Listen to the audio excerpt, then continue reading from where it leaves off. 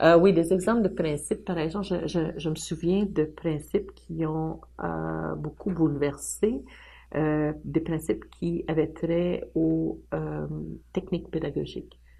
Parce que dans une approche par compétence et compte tenu des types d'étudiants qu'on a maintenant, qui sont beaucoup plus des étudiants chercheurs d'information, et qui sont vraiment pas aptes à se faire dire quoi penser, puis on le voit, on a des exemples réguliers.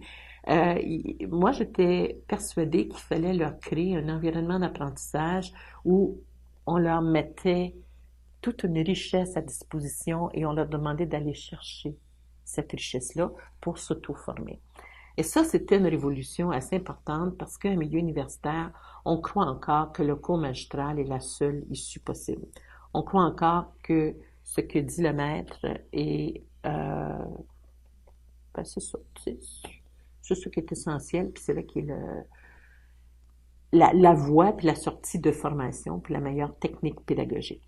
Puis moi, je sais pas, peut-être c'est à cause de ma formation, c'est peut-être aussi à cause de mon style d'apprentissage, mais j'ai pas beaucoup de talent avec les cours magistraux et je constate que actuellement, dans l'univers dans lequel on vit, avec tout ce qui est disponible, c'est vraiment pas la meilleure façon. Alors ça, il fallait comme essayer de déconstruire ça, essayer d'expliquer aux gens que ben, les cours magistraux, c'était pas une panacée. Heureusement, j'ai trouvé un article qui disait que il y avait une étude qui était faite où on a comparé l'apprentissage dans un cours magistral de très haute qualité puis un cours magistral de qualité faible. Et on a découvert que les étudiants apprenaient mieux dans le cours magistral de petite qualité. C'est comme, OK, c'est très intéressant. Et la raison est simple, finalement, c'est qu'au sortir d'un cours magistral de petite qualité, les cerveaux sont troublés parce que les choses sont pas claires, puis les étudiants se sentent l'obligation d'aller chercher après. Fait qu'ils poussent plus loin, au fond.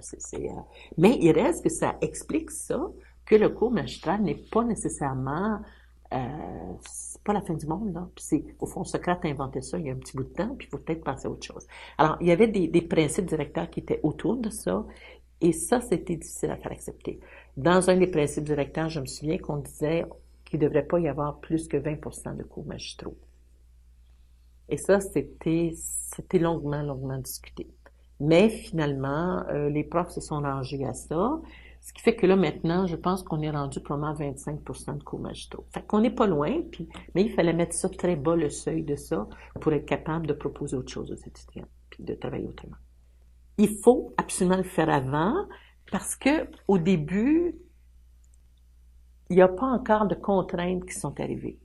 Si on attend d'être entré dans l'implantation pour faire les principes directeurs, là, ça va être, oh, mais ça marchera pas, ça se pourra pas. Alors, c'est comme si le fait de les faire avant, ça balise le trajet et puis on s'assure que les gens adhèrent aux principes. Ça, c'est vraiment important. C'est fait par une équipe, oui, parce qu'on peut pas travailler à 60, là, mais on fait adhérer les gens autour de ces principes-là. Et après ça, on dit, ben là, c'était nos principes directeurs, là. On avait décidé qu'on n'aurait pas de cours magistraux minimum. Alors, qu'est-ce qu'on fait là? On va faire autre chose, puis on va créer autrement, puis on va designer autrement. Fait que ça devient un petit peu notre guide, mais c'est vraiment important de le faire avant. Si on attend, c'est comme piper les dés, là.